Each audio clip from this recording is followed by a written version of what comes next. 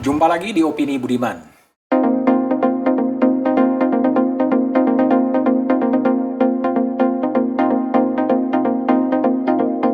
Tewasnya Brigadir Yosua Huta Barat mulai menunjukkan titik terang. Titik terang meskipun belum tentu benderang.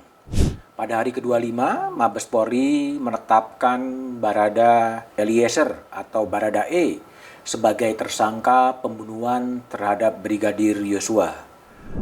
Dari hasil penyidikan tersebut, pada malam ini penyidik sudah melakukan gelar perkara dan pemeriksaan saksi juga sudah kita anggap cukup untuk menetapkan Barada E sebagai tersangka dengan sangkaan pasal 338 KUHP, contoh pasal 55 dan 56 KUHP. Barada Eliezer adalah ajudan Sambo. Brigadir Yosua juga ajudan Sambo. Sambo adalah Kepala Divisi Propam Mabes Polri, statusnya nonaktif. Langkah penetapan Barada Eliezer patut dihargai, karena menurut Menko Polhukam, kasus ini bukan hanya kasus kriminal biasa, tetapi ada unsur psikohierarkial dan psikopolitik. Inspektur Jenderal Verdi Sambo adalah perwira tinggi Polri berbintang 2, memimpin divisi Propam Mabes Polri. Propam adalah polisinya polisi. Dan tewasnya Brigadir Yosua berada di kediaman perwira tinggi berbintang 2. Nama istri Sambo pun dikait-kaitkan. Verdi Sambo juga memimpin Satuan Tugas Khusus Mabes Polri. Meski posisinya menurut Kadif Humas Mabes Polri sudah dinonaktifkan seiring dengan penonaktifan posisi Sambo sebagai Kepala Divisi Propam. Mungkin ada unsur relasi kuasa atau relasi personalia di kalangan internal Mabes Polri. Itulah yang mungkin dimaksudkan oleh Menko Polhukam Pak Mahfud sebagai psikohierarkial dan juga psikopolitik. Mungkin dalam bahasa awam, mungkin ada istilah kesungkanan, ada istilah keseganan, atau jangan-jangan ada code of silence di dalam internal kepolisian atau relasi yang tahu sama tahu, sehingga ini mungkin menambah kompleksitas penyelesaian persoalan. Menyusul penetapan tersangka Barada Eliezer, Sambo juga diperiksa. Sebelum diperiksa, kemudian Sambo mengatakan bahwa dirinya sudah 4 kali diperiksa.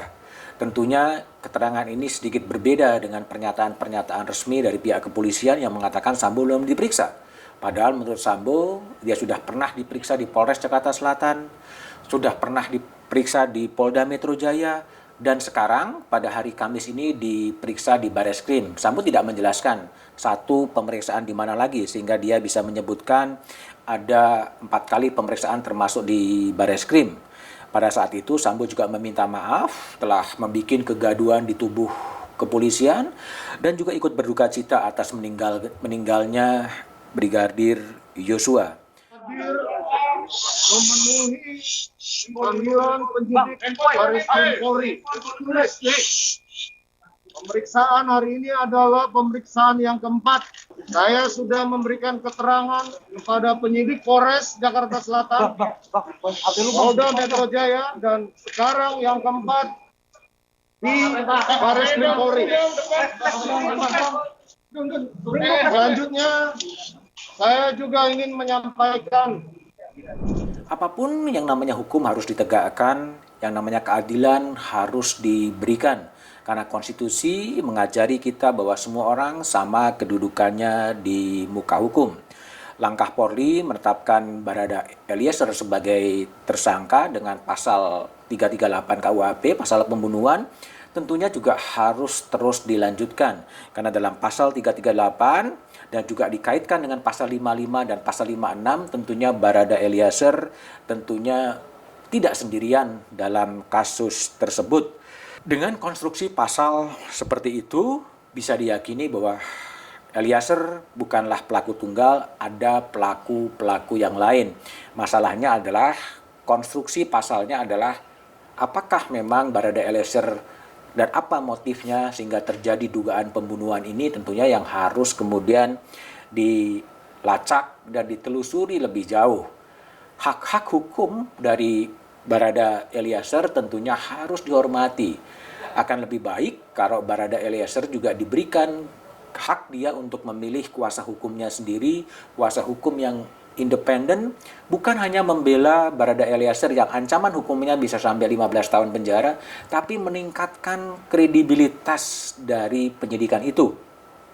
Karena kasusnya adalah Barada Eliezer anggota polisi, kemudian diduga membunuh juga anggota polisi, dan kemudian tempat kejadian perkaranya juga di rumah polisi dan diperiksa oleh polisi. Agar prosesnya menjadi lebih transparan dan lebih kredibel, ada baiknya kemudian ada kuasa hukum yang mendampingi Barada Eliezer. Atau jangan-jangan lembaga pelindungan saksi dan korban juga bisa mendampingi. Memang akan terasa aneh pelaku kemudian dilindungi. Tetapi seandainya Barada Eliezer bisa menjadi justice kolaborator, mengungkapkan siapa-siapa yang terlibat, jangan-jangan perlindungan ini perlu juga diberikan.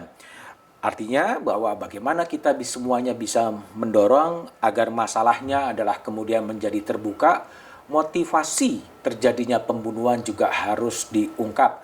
Apakah karena memang persoalan-persoalan dugaan pembelaan diri, apakah persoalan-persoalan persaingan pribadi, apakah ada persoalan ada komando atau apapun juga sehingga terjadi pembunuhan yang menurut publik keji, itu bisa terjawab melalui penyelidikan yang transparan. Hadirnya kuasa hukum yang kredibel, hadirnya kuasa hukum yang independen yang bisa meningkatkan kredibilitas dari proses penyidikan ini sehingga keadilan pun kemudian bisa ditegakkan, tetapi juga publik bisa mengerti latar belakang terjadinya peristiwa sehingga tidak perlu memunculkan spekulasi-spekulasi yang baru.